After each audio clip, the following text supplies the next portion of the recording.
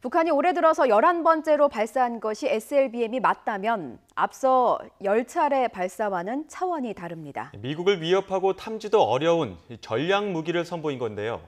북미 실무 협상 직전에 미국을 자극한 의도가 주목됩니다. 김지선 기자가 보도합니다. 이례적으로 북미 실무 협상 날짜를 전격 공개한 북한. 어느 때보다 대화에 적극적인가 싶었는데 13시간 만에 잠수함 발사 탄도미사일 SLBM 추정체를 발사했습니다. 관측대로 북극성 3형의 첫 시험 발사했다면 올해 들어 쏜 10차례 발사체와는 차원이 다릅니다. 최대 사거리가 1000km를 훌쩍 넘는 이번 발사체를 수중에서 쏠 경우 탐지가 어려워 미국을 위협하는 전략 무기로 꼽힙니다. 지난 2017년 완성을 선언한 핵무기, 최근 실험에 나선 초대형 방사포와 함께 이른바 3종 비대칭 전략 무기가 모두 실전 배치 단계에 드는 셈입니다. 북한의 잇따른 발사에 대수롭지 않은 반응을 보여온 미국의 태도도 달라질 수 있습니다.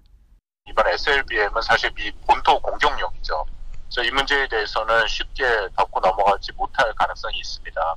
근데 또 한편으로는 실무협상단을 좀 보내서 북한의 입장을 확인하려고 할 수도 있겠죠.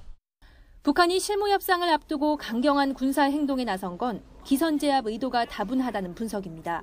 점차 군사 행동의 수위를 높여 이번 협상에서 안전 보장을 의제로 올리기 위한 사전적 조치라는 겁니다.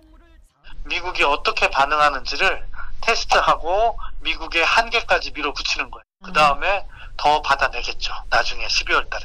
그리고 12월이라는 건 내년으로 넘어가면 경선이 본격적으로 시작된다. 2월 3일부터.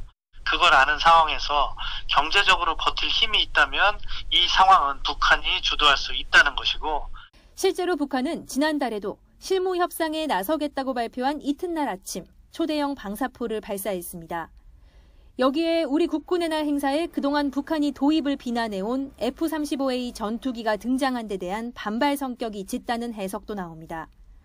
북한을 둘러싼 위협을 강조하며 실무 협상에서도 정당한 자위권을 내세울 것으로 보이는데 당장 이번 발사가 협상 일정에 미칠 영향이 주목됩니다.